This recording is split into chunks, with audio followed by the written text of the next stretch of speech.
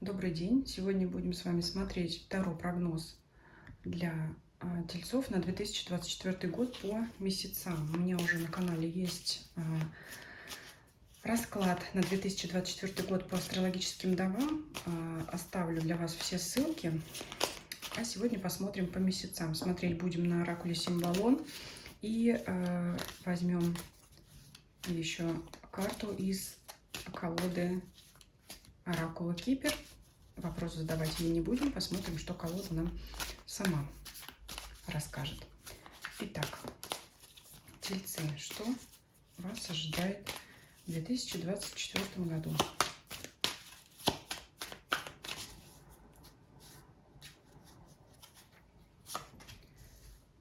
Январь, февраль, март, апрель, май, июнь, июль, август, сентябрь, октябрь, ноябрь и декабрь. Так, и сразу возьмем карту из оракула Кипер.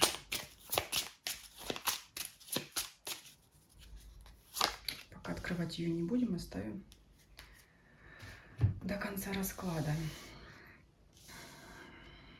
Сразу, наверное, уже вам бросилось в глаза две карты императора.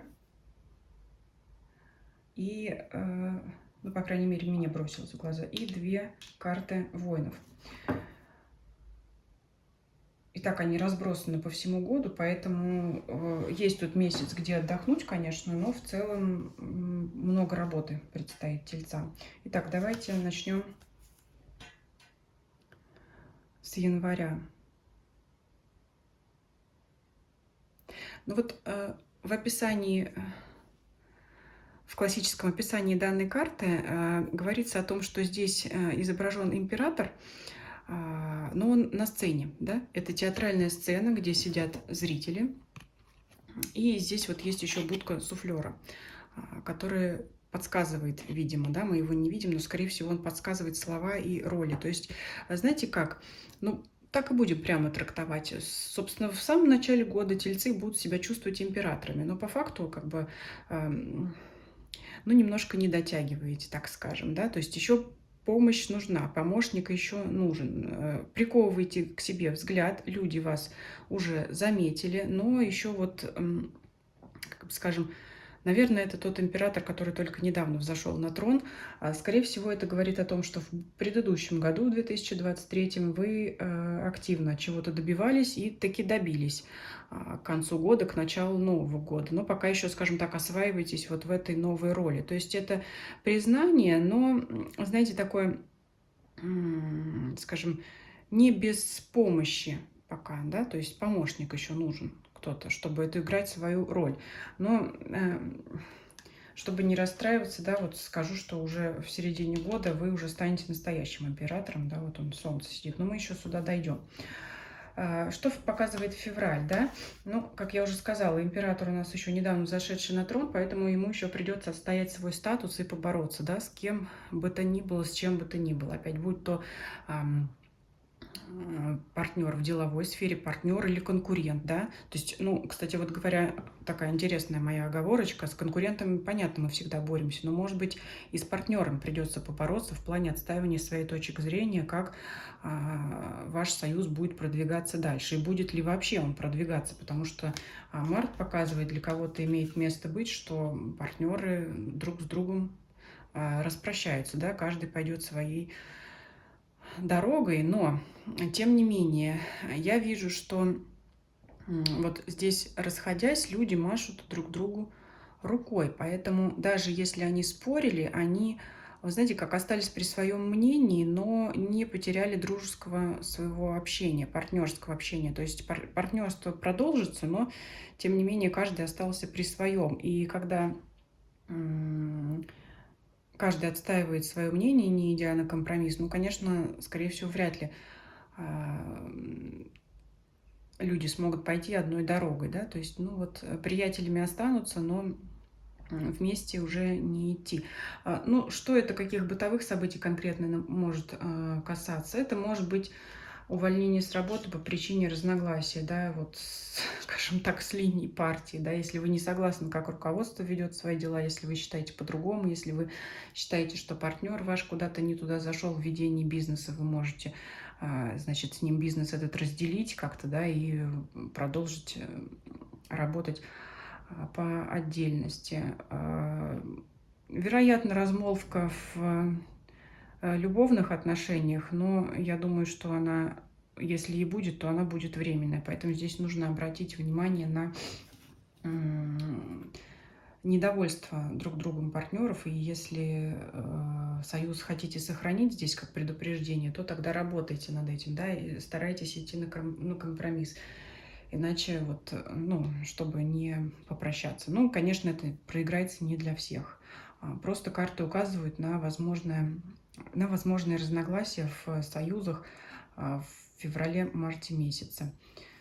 Дальше смотрим апрель. И я сразу возьму карту май. Здесь какой-то наступает, знаете, такой благодатный, безмятежный период, когда, ну, вот по карте апреля, да, это может быть как радоваться простым вещам,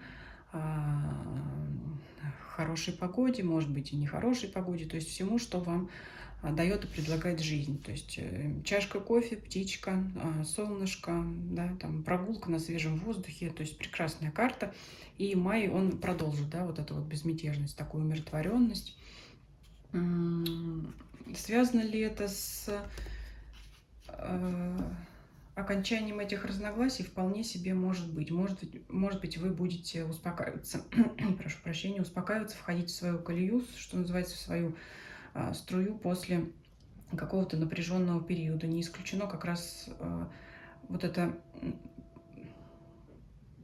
может быть, позже вы найдете соглашение с вашим партнером, согласие, вернее, не соглашение, а может быть, кто-то и соглашение заключит какое-то, да. То есть что-то произойдет потом после вот этого вот напряженного выяснения отношений, что приведет вас к умиротворению. Может быть, вы по-другому взглянете на вещи, да. Как знать, может быть, вы потом и согласитесь со своим партнером, а может быть и он с вами, да, ну, то есть здесь какая-то временная стычка. Я не вижу здесь ничего страшного, если кто-то испугался о разрыве, разводе в любовных отношениях, скорее всего, нет, потому что если, во-первых, я уже сказала, люди машут друг другу рукой, то есть если это какой-то крах, конечно, вряд ли люди будут там друг другу махать, скорее всего, разойдутся, как море корабли. А здесь еще как бы, ну вот, давай увидимся. Может быть, кто-то временно уезжает, да, может быть, кто-то в командировку едет. Может быть, эта карта мартовская вообще не связана с февралем. Но это как вариант, здесь по-разному можно трактовать, да. Потому что не обязательно, что, кстати говоря, здесь вот у нас изображены воины, а здесь скорее, ну, кто? Все-таки одежда не бедная, такие головные уборы, но с богатой, ну, может быть, какие-то купцы, торговцы, я не знаю, да, вот здесь он что-то вот везет. То есть не скажу, что крестьяне какие-то, нет. Но, тем не менее, обратя внимание на одежду, не обязательно, что это вот те самые два воина, да, те самые люди, которые изображены здесь, смотря как здесь трактовать. То есть один вариант я вам рассказала, что вот если это одни и те же два человека, то это вот до, значит, разделения. А если это разные люди, то тем более эти события могут быть не связаны друг с другом. То есть здесь какое-то вот, значит, выяснение отношений, здесь может быть временная разлука, расставание с партнером, с любимым человеком по причине его отъезда в командировку, например. Почему бы и нет? Потому что я уже сказала, когда мы машем друг другу рукой, когда мы надеемся на скорую встречу, наверное, так будет правильно все-таки сказать, да, и вот это вот умиротворение, которое наступает в апреле-мае.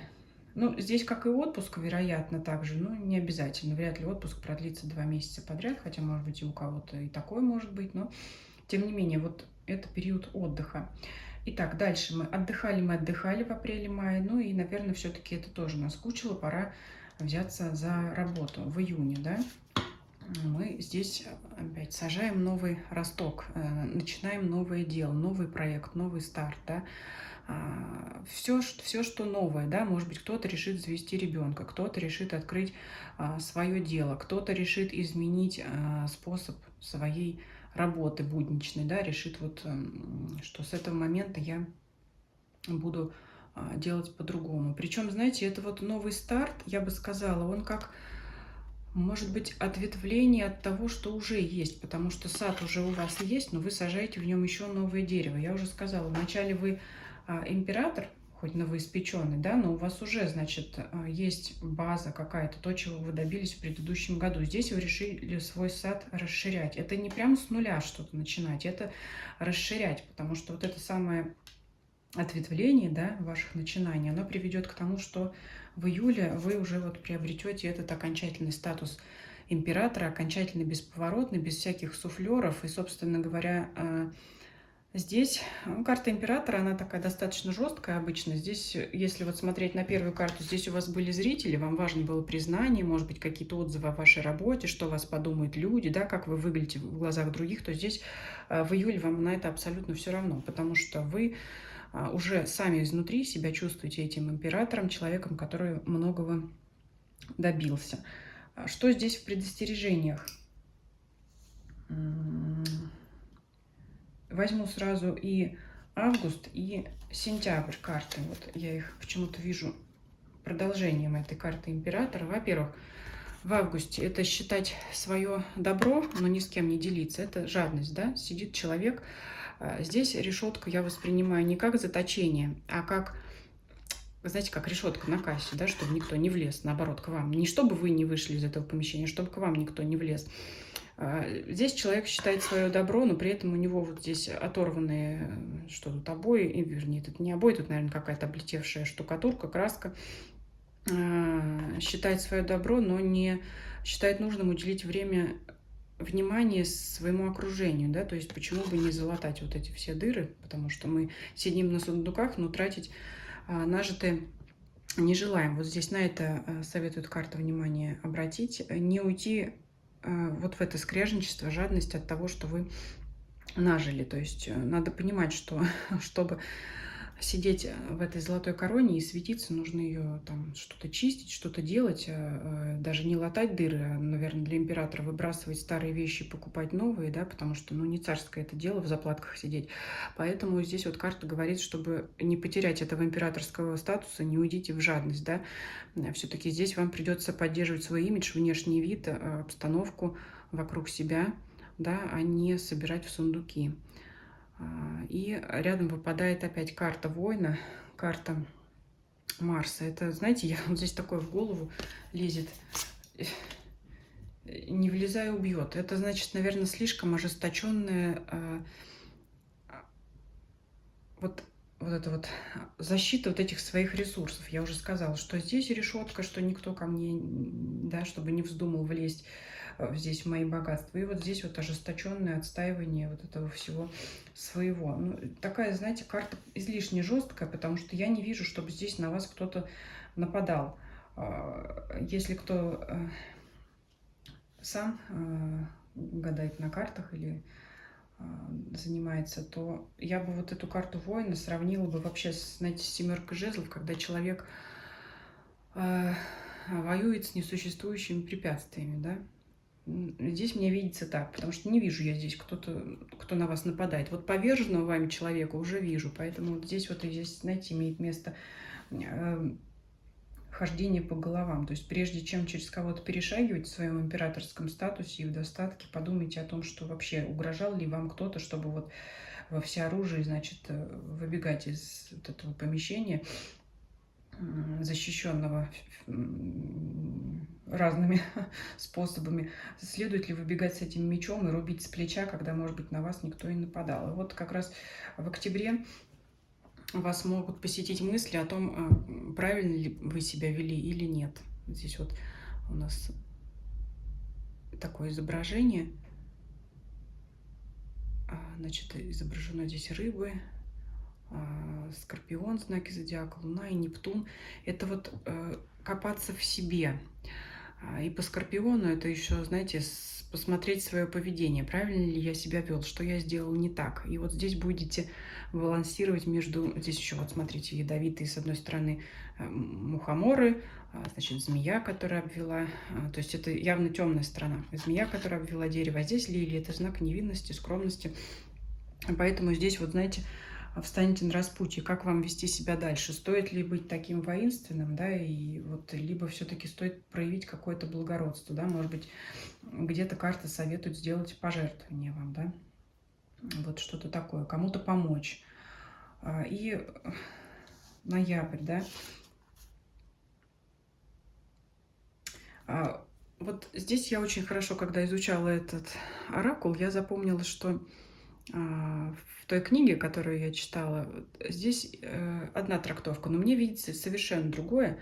Поэтому я все-таки, наверное, буду трактовать эту карту так, как ее вижу я. Я думаю, ам, автор вряд ли будет смотреть этот расклад, но я думаю, на меня никто не обидится. В трактовке автора книги по оракулу Символон говорится о том, что вот этот воин, он видит себя лучше, чем он есть на самом деле. То есть это, как, знаете, как Дон Кихот, который себя там возомнил кем-то, а сам на дряхлой лошаденке едет, там что-то, да. Я лично вижу эту карту так. Я вижу, что воин устал. Вы воин, да? С кем вы боролись, непонятно. Воин устал, лег под деревом отдохнуть, и его снится образ его самого, каким бы он хотел быть, да. То есть, может быть, кому-то во сне, может быть, кому-то там в период отдыха, да, расслабления, медитации придет какой-то образ или какое-то знание о том, каким бы вы хотели быть, каким надо быть, да, то есть здесь вот у вас явный пересмотр от того, как вы себя вели, да, может быть, не очень хорошо, придет пересмотр своего поведения, своего состояния, своего восприятия мира, да, вот эта вот двойственность. И, значит, придет понимание о том, каким бы вы хотели быть, каким быть надо. И все-таки, скорее всего, к концу года вы вот в эту гармонию войдете, да, вы, скажем так, выберете правильную сторону, и войдете вот в эту гармонию. Вот здесь, смотрите, изображена такая прекрасная пара с ребенком. Опять, может быть, это для кого-то впрямую говорится о появлении ребенка, для кого-то это опять новые начинания всегда. И вот эта вот гармония, да, это радость от того, что у пары, да, опять пара, вот она пара, никуда не делась, как я уже сказала, она остается, так что это вот может быть та самая временная разлука у пары.